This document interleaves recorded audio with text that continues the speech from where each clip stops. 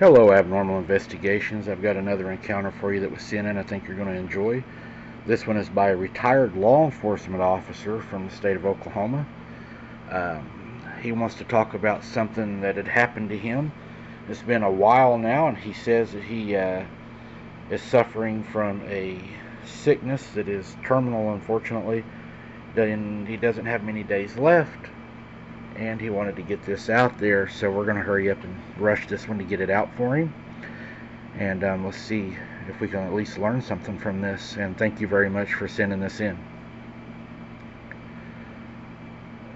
August 15th, 1949, rural Oklahoma. I, Deputy James, they all called me Hank, received a distress call from the local farmer, Jedediah Wilson. His cattle were mutilated, and he suspected something was off. Arriving at Mr. Wilson's farm, I saw the gruesome scene. Torn flesh, scattered entrails. Wilson's eyes were wide with fear when I arrived. "That's not the worst, Deputy," he whispered, right into my ear. "I saw it. It was a creature. It was tall, and it was hairy." I investigated, finding strange tracks near the carnage, large clawed prints, unidentifiable even to the local wardens. That night I patrolled the deserted roads, searching for answers. My cruiser's headlights illuminated a figure on the side of the road, tall, imposing, eyes glowing yellow. I approached cautiously, handing over my CB to my left hand and placing my other hand on my revolver. And I spoke out, "Evening, officer," the figure said in a low voice and raspy voice back to me. "Evening, officer." As I drew closer, the figure's features became clearer. Sharp jawline, pointed ears, fur sprouting from its skin. My heart was no doubt racing. I raised my gun. "Don't move," I shouted. The creature lunged, its claws swiping.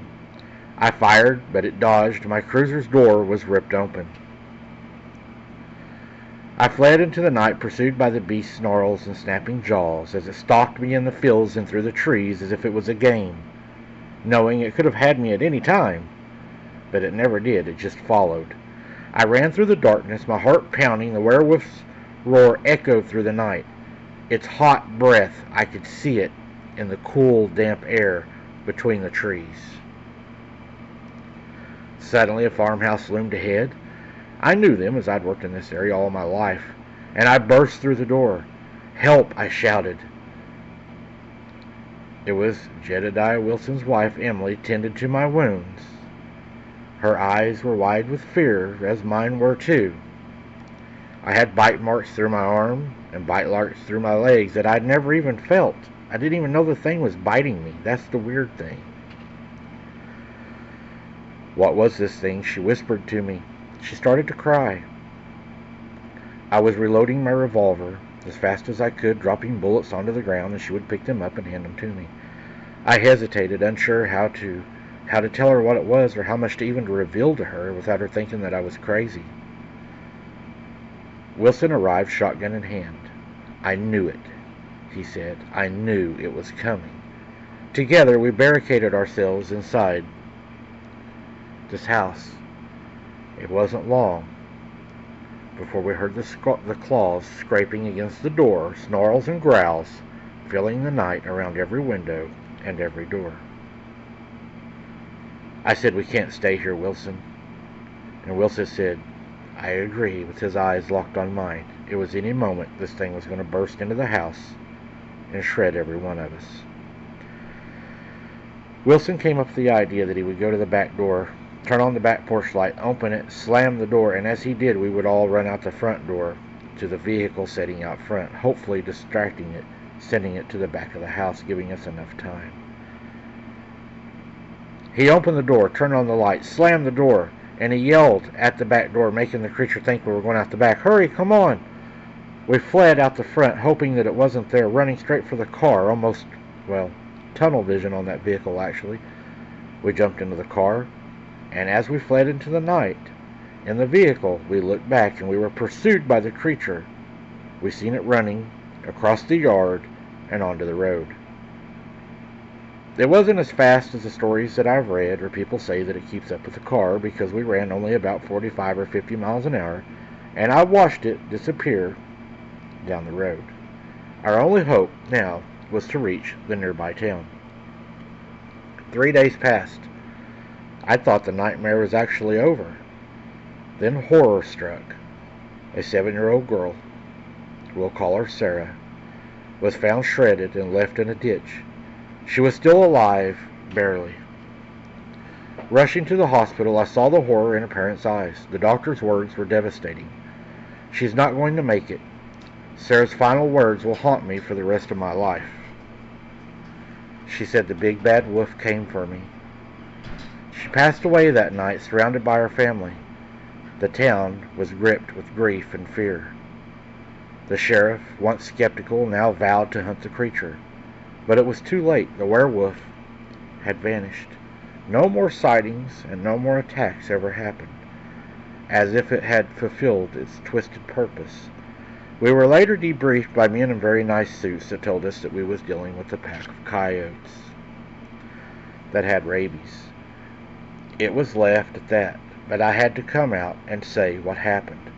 I don't have many days left anyways, as I am dealing with a very serious sickness. And I know that it may be hard to read this letter that I've sent to you because my writing is not as well, it's not as good as it used to be.